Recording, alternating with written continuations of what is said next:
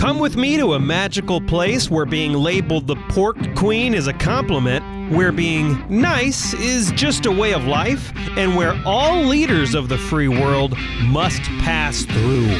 Welcome to Iowa. Whether you're a current Iowan, an Iowa expat, or an Iowan at heart, this show is for you. This is the Iowa Podcast. Real Iowans, real talk, no drama.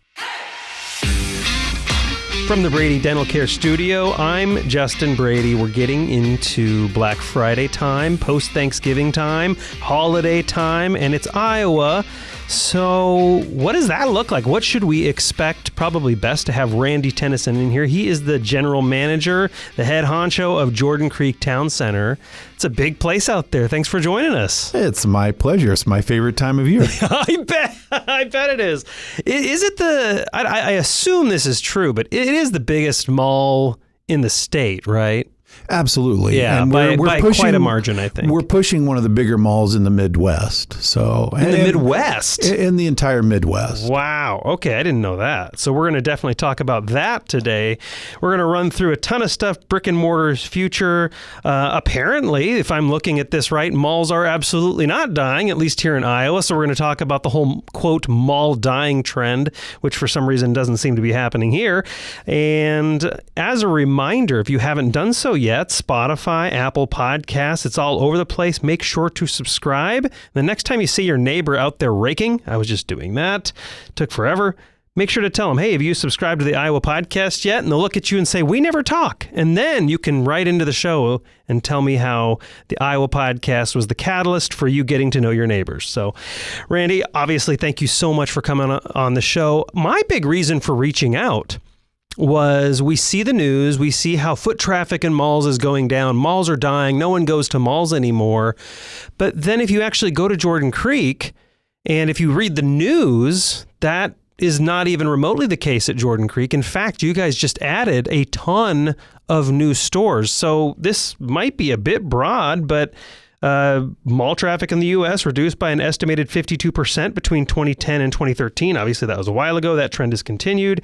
In 2018, the average mall shopper visited a mall 3.1 times per month. And in 2020, Simon Property Group saw a 25% decline in overall foot traffic compared to 2019. Obviously, it's not happening at Jordan Creek the way it is other states. What are we doing right here? What's going on? Well, first of all, thank you for having me. I appreciate it. I appreciate the chance to talk to you and your audience. I think about a half a dozen years ago, there was a message out there that as people began to shop more and more online, that they were going to shop less and less in brick and mortars. And certainly that was accurate during the pandemic time because people couldn't get out or they wouldn't or couldn't get out. But so there was a huge push. But boy, once the pandemic kind of came to an end, we saw people really want to get back out and see their friends, see merchandise, touch the product, smell the product, feel it, try it on in person. And we saw almost a rejuvenation in people coming to brick and mortars, coming to shopping centers. Now, that's one side of it. The other side of it is Jordan Creek Town Center in particular. The Des Moines Metro is an amazing place. It's one of the fastest growing metros in the area. It's got a very strong economy. It's ran really well. All of the suburbs and Des Moines proper just do a fantastic job of running the metro, the state included. So a very strong economy. People want to get out, and it's just it's very, very successful on its own. And then you add what we try to do and get the right products in there, the right retailers, the right restaurants, the right entertainment, and it just kind of makes for a very successful opportunity. Yeah, I mean, I'm pretty bullish on brick and mortar. I have been for years. For anybody who follows this podcast and my own business stuff, I think it's silly when people think that brick and mortar is going to die. Like, people aren't going to live out of their freaking houses the rest. Like, this is never going to happen. We're very social creatures. So obviously you're very bullish on brick and mortar, but you mentioned the in-person aspect to it. But what other things make you really excited about the future of brick and mortar, at least here in Iowa? One of the things that we and retailers have had to make sure that we've stayed on top of is it's not just shopping, because you can sit at home on your couch and just shop. So we have to make sure we have the right experience for people to come out. Now, that's the retailers themselves. That's making sure we have good food. For us, Century Theaters is a big part of it. Our sit-down restaurants. We've got a few other entertainment type uses. Blue Zoo is under construction. That's a large aquarium center that's in construction out in the village. Okay. We have Kids Empire, which is a play area for kids. So you're not just creating a shopping, go buy shoes and go buy a shirt. You can do that anywhere. Now, people want to get out and actually try it on nowadays, but you've got to make sure you're creating an experience. And that's really what we try to do at Jordan Creek. Yeah. And that is kind of on trend, right? People don't want to go to just a place to buy something. They want the overall experience. And that's, I didn't even know about Blue Zoo, but you bring up a good point, because you have restaurants, you have theaters, you have a very wide array of entertainment things. Are you seeing a lot of people? They're like, let's go watch a show and eat dinner and then go shop. Is this kind of, people aren't coming to just shop. They're not coming to just do dinner. They're coming to kind of do all of it? Yeah. In the past, I've said it's a perfect date night. You want to come out, you want to shop a little bit, you want to have a meal, you want to go to a movie, you want to get done and have a little dessert. It's a full encompassing experience of a date night, if you will. Are you seeing a lot of the retailers themselves, right? Because there is an aspect to community when you're in a mall situation. Like, if you do a good job, your neighbors are also going to do a good job. Are you seeing the retailers themselves, though? I'm talking about the ones specifically selling shoes or shirts or widgets or trinkets or gifts. Are you seeing them in their own stores start to push into experience to sell product? Yeah, we are. A couple things. Number one, they really have to embrace the online side of their business. They have to omni-channel. They have to have a strong online presence and a strong brick and mortar presence. Oh, that's interesting. So when they merge those together, so for example, online, I was going to ask, what's a good example of that? Yeah. So online, they may send a coupon for you to go to the store and pick something up, or they may say go to the store to make a return or an exchange. So that gets them cross-shopping both of their channels, the online side as well as the brick and mortar. Now, then we also have stores like a Lululemon or Athleta that may host yoga in their stores, or do maybe a workout event or something like seriously? That. Yeah, are they doing this at Jordan Creek? Yeah. Really? Yeah, we're doing it in their store, so it kind of gets their customer who wants to do that to come into their store, and gives them another reason just to come in. They're building that depth of experience to drive that traffic. So wait a minute. So, because I've seen the Lululemon store. Lululemon's obviously like super hot right now. It's a huge brand. So people come into the store itself to do yoga? Or do workout periodically. Periodically, it's not something they do every day, but every once in a while they'll have a special event where they'll do yoga there, or sometimes they'll do it out in our amphitheater. So we have the Lake District that has the restaurants around the lake. We have an amphitheater there, and sometimes they'll do yoga there on Saturdays in the summertime, just to give their customers another experience. That's a really good idea. Does anybody else do this? Like, I can think of a lot of retailers that could push into experience. I don't want to call anybody out, but are you seeing other retailers outside of, I think you mentioned Lululemon, what was the other one? Athleta. I always get it wrong. I always call it Athleta, because I always think in my head it's an athlete, but it's Athleta, Are there any other retailers you're seeing do some particularly interesting experiences this year to get people in store? We've seen a couple of retailers do fashion shows, for example.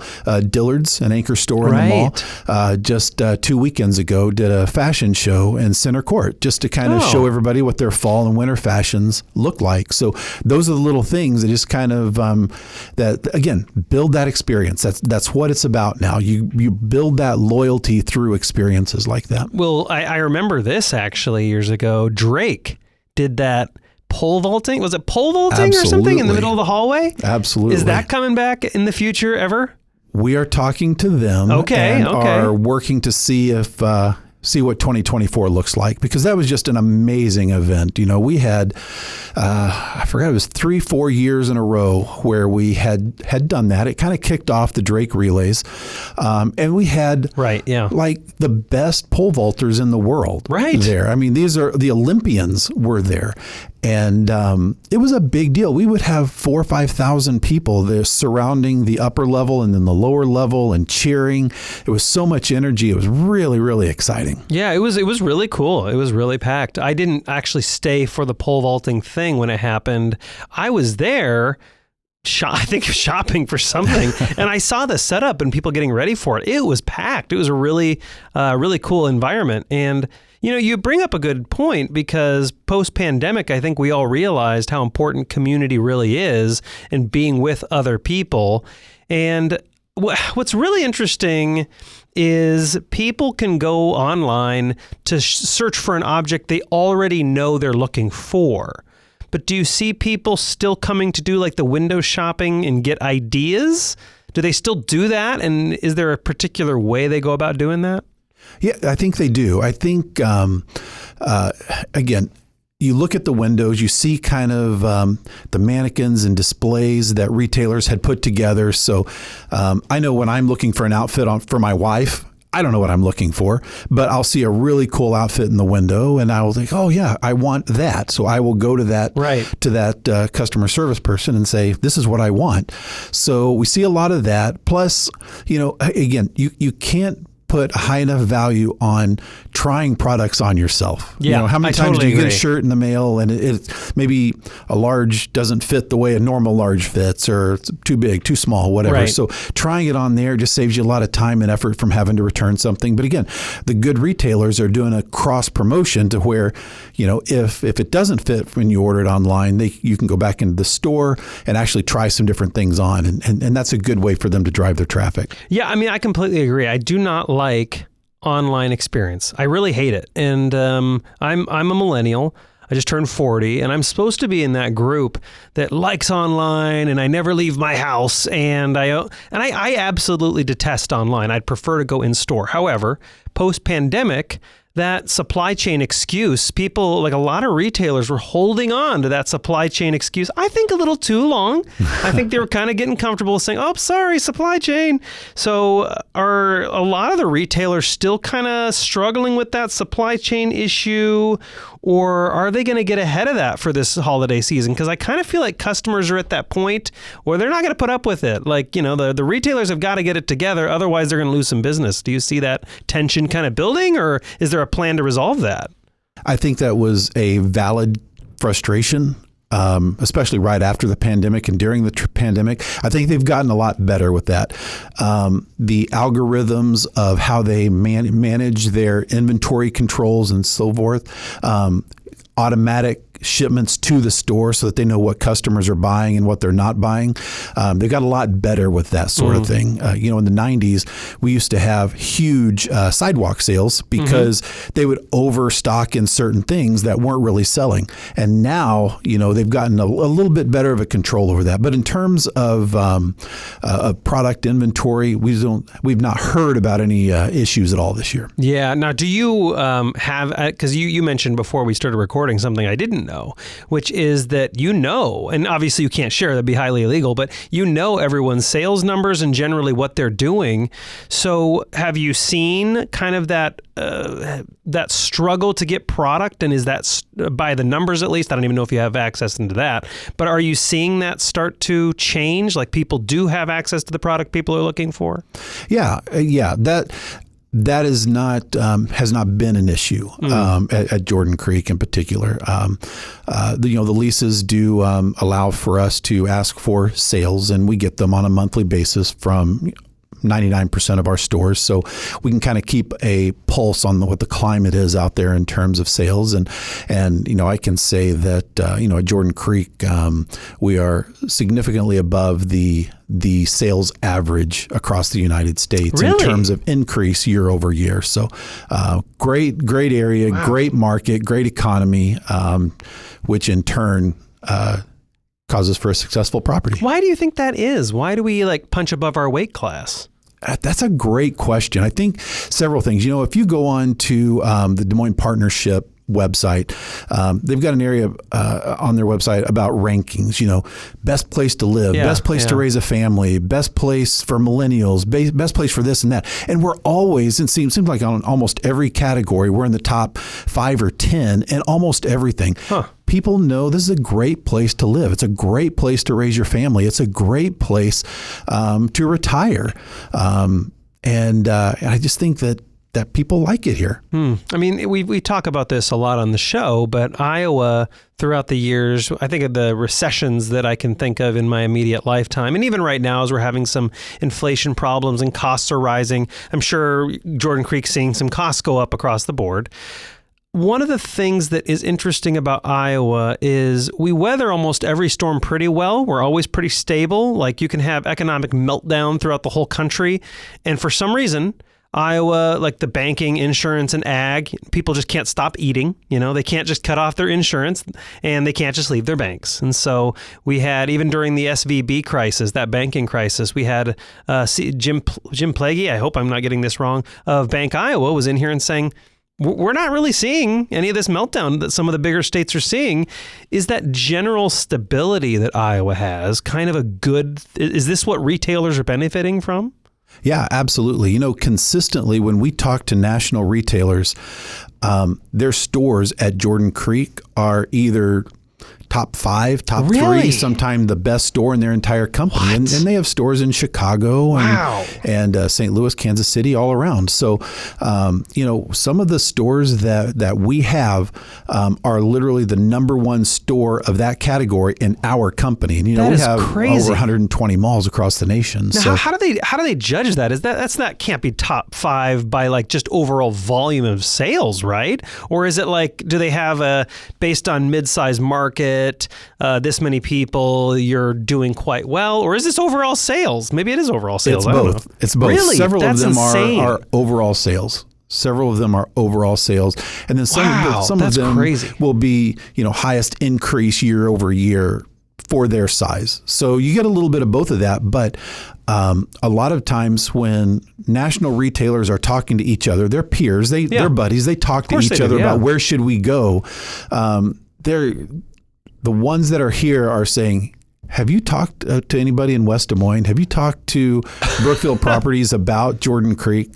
Because our numbers are through the roof. Weird. That is so, I love hearing that. I think Iowans, we know we're not like the mountain and ocean destination. Sure. We know that. And we love it here because we love, like what we've discussed previously, our families are here. It's safe, good jobs, economics, there's a big list, right? But generally we don't think people are like traveling here to vacation. That's fine with us.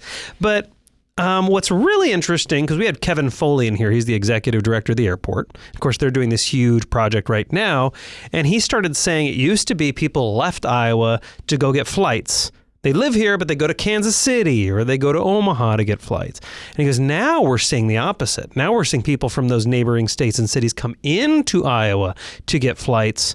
Are we starting to see people traveling from other states to come to like central Iowa to do the Jordan Creek experience and shop and stuff? Is this starting to be a thing? Yeah, absolutely. So what we're starting to see, especially let's take West Des Moines specifically as an example, and the Recplex that they created, just south from Jordan Creek. Yeah, that's so cool. You're getting people from Minneapolis, from Kansas City, from Omaha. They're coming into the market for that sort of thing. And then if they can hit a concert downtown, if they can come out to Jordan Creek to shop and eat, now we have Top Golf under construction. There's so many cool things in this area that we are truly getting people to come into the market that may not have considered it at a different time. Topgolf. I heard the rumors. I guess I missed. Maybe I shouldn't have an Iowa podcast if I don't know what's going on in Iowa. That's actually happening now? The Topgolf is official? I believe they just broke ground, and they're starting the groundwork. It's directly west of Jordan Creek, west of Costco, just across the other street. So it's right in your zone. Yeah. So that's going to drive more people out there? Exactly. And that's what we're hoping. You know, you get people that go to a hockey game down at the Recplex, and then as soon as their game's over, come up to Jordan Creek. You know, we have Dave & Buster's now, for example. What a great place for a team to come in and have a good time and then go shopping, go to a movie, whatever. Yeah, that's interesting. I had and you bring up a good point. Recplex, Topgolf. Yeah, that's really going to turn into quite the destination now. Are there obviously have a lot of hotels out there. I'm assuming that's why they're building them. Yeah. And I think that whole little corridor there by the Recplex from where it is now. Oh, sure. And you have Des Moines University. I don't know if they're open yet, but they're building their new university there. But from there all the way to the interstate, I don't know how that can't develop in the next 5 years and bring even more of that sort of thing in. So you have those numbers. So generally, can you give us an idea of what kind of volume we're looking at Jordan Creek? Can you give people an idea? You know, in terms of general sales numbers, if you just add everything out. Yeah, just lump it all in as there. As a reminder, you know, we have Jordan Creek, we have the Lake District, and then we have the Village, which is, Costco, Best Buy, Old Navy. Right. You know, we're bringing in well over $500 million a year in sales to the market. Goodness, that's $500 million you're bringing in right into central Iowa, and taxes and traffic. And yeah that's really exciting. So obviously a lot of announcements. I know you're kind of like do we call you like the mall dad over there? Can we call you a mall dad? I don't want you to pick your favorites, your favorite kids, but can you, what's really driving a lot of interest right now? What are people like really freaking out about? Because I know that Madewell's over there now. I don't know if it's open yet. Not open yet. Yeah. They're still under construction. Okay. So that they should actually either open this week or next week. Oh my gosh. Okay. Which is really exciting. We just had Urban Outfitters open, which is a huge national tenant. Yep. We just had, of course, Dave & Buster's open. Yeah, that's a big get. You know, we've been trying to get them ever since the laws changed back, a few years ago. Wait, what law? What? There was some law had issues. to change to get us Dave & Buster's? Yeah. Games of chance. There was some kind of really? Of a maximum level that you could win. And I don't know the details of it, but that's hilarious. I know that changed just a few years ago. So of course, Scheels is by far, they're one of crazy. the best. One of the best retailers in the nation. Really? I mean, their customer service, their product line, they're just, I'm amazed at what a great company that is. Yeah, they're a really good company. Really good company. Apple, we've got the only Apple store in the state of Iowa. They do great. Lululemon just had to expand. We just moved them to a new location and almost doubled their size. Wow. So that was exciting. And of course, we had Von Maur open just a year ago. Yonkers closed and Von Maur opened. So, right. So we just got a lot of great things. The biggest challenge for us, frankly, is we're over 99% leased. So when I have tenants that want to be in here, it's a challenge for us. So we have to kind of figure out how we can shuffle things around, right, to bring in, at least a half a dozen national tenants that want to be a part of our property that I just don't have room for yet. Now, I remember that back, like I don't know how long you've been at Jordan Creek now. I've been there since 2005. Okay. So over almost 19 years. So back in the OG Jordan Creek. Sure. I don't know. I don't know if I can give a good landmark for people in the mall, but there was this. If you look bird's eye, there was also supposed to be like where the Dillard's was, and then there's Scheels that branches off on the other side. And then the other side now, we have Von Maur, used to be Yonkers. But there was supposed to be a store that branched off there right now where it's parking lot, and someone I think pulled out at the last second, and so that addition was never built on. Are there any future plans to build that addition on and put another core retailer there, or is it for now just kind of a that's one of those valuable things that are in our back pocket. that we don't have a tenant for yet, but we're just kind of holding on because at some point the perfect thing is going to happen. We can throw something in there pretty easy, but we're trying to make sure it's the absolute right thing to do, whether it's retail, whether it's another anchor, whether it's residential. Yeah. We're Hotel not really sure. Or something. It could be any of those things. So yeah, it would basically mirror the Shields. How Shields kind of goes up toward the north there would mirror that. Yeah. And it's definitely something that eventually will develop, but we don't have anything right now. Yeah. Okay. So you are still kind of batting around ideas and what you can put there and seeing what the right thing is. I am seeing a lot of, I guess this is why you kind of answered the question, but you mentioned 99% capacity. Is this why? Because I look at the Jordan Creek area, there is so much there. There is so much there, even surrounding the mall. And I'm still seeing people build. Like on the little perimeter of the mall now, I'm seeing like a new little area. Are we going to see a bunch of little things around the perimeter of the mall on property too? Yeah, I think so. Now, that little strip that's underdeveloped on the north side, we don't own that. That's another developer, Accurate Development. But they've got some really cool things in there. They've got a little, I believe, an 18-hole mini golf thing with miniature bowling. I didn't know that. That's and funny. Some other stuff in there. So, I think it's complementary to us. When we see the additional development around us, we don't look at it as, oh my gosh, they're stealing tenants from us, because most of the time we couldn't do those deals anyway.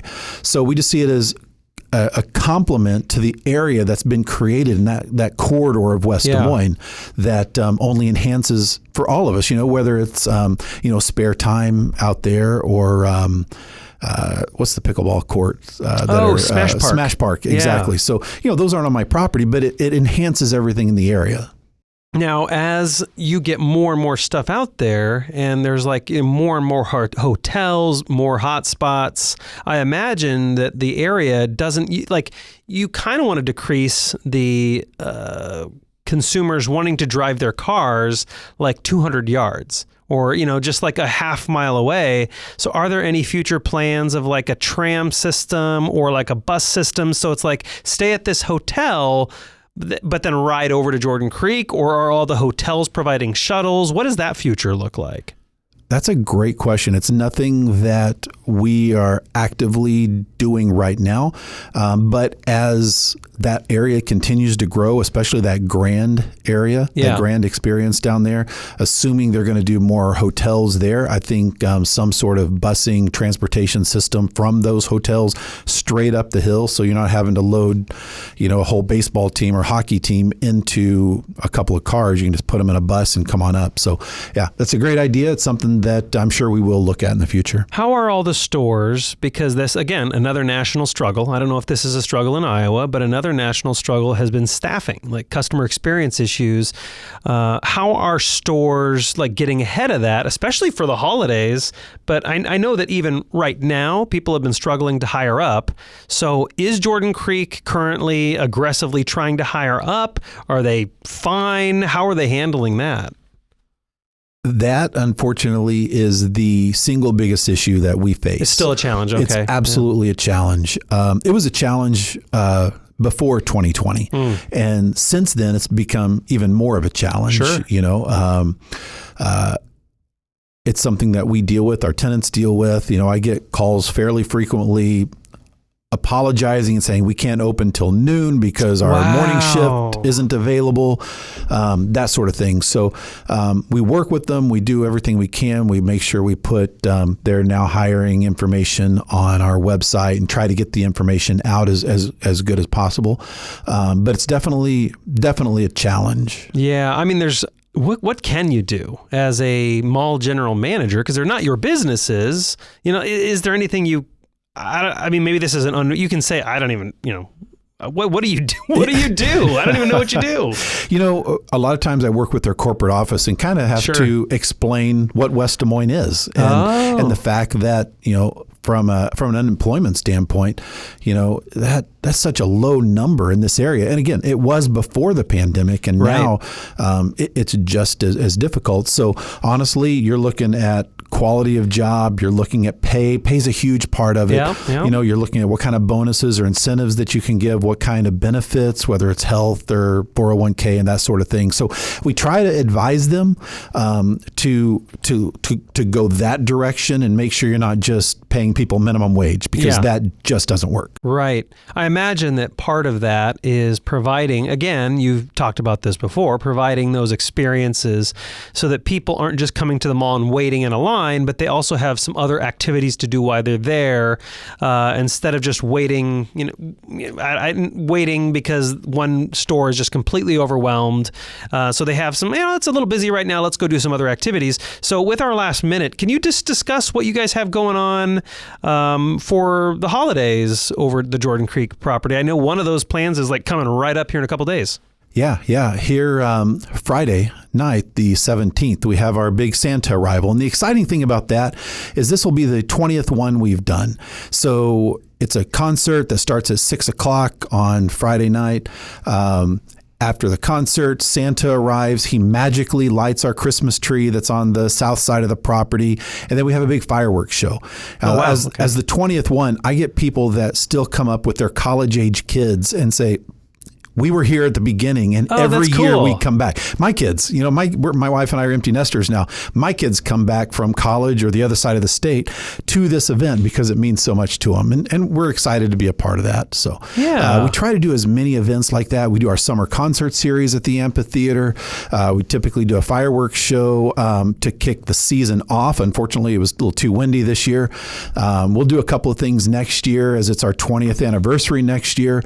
That'll be exciting. And we just like trying to get out there and do extra things for the community. Any chance you're going to freeze that little lake thing and run a Zamboni on it? That would be a good Recplex partnership, by the way. I have been asked that so many times. And you're talking to a Southern kid from Branson, Missouri. So I have zero experience with that. Get a professional, Randy. Come on, get a professional out there. So I'm hearing no immediate plans to freeze the thing over. No. That'd be really cool, though. Maybe a little hockey match, Iowa Wild partnership. Yeah. See? You just need to talk to me, and I'll get this stuff. I know that there are a lot of ice experts around. Yes. Randy Tennison, the general manager of Jordan Creek Town Center here in central Iowa, over in West Des Moines. But technically, doesn't it cross into another 2 counties or something like that? It's in Dallas County, but West Des Moines. I think West Des Moines has 4 or 5 counties or something. If people want to look up all the new retailers, they want to get information about where to park, where to go, what retailers you have, what's the website? JordanCreekTownCenter.com. You can follow us on social media as well. Excellent. Randy, thank you so much for coming on the Iowa Podcast. I appreciate it. My pleasure. Thanks for all you do. And to my fellow Iowans, Iowa expats, and Iowans at heart, thanks for listening and subscribing to the Iowa Podcast.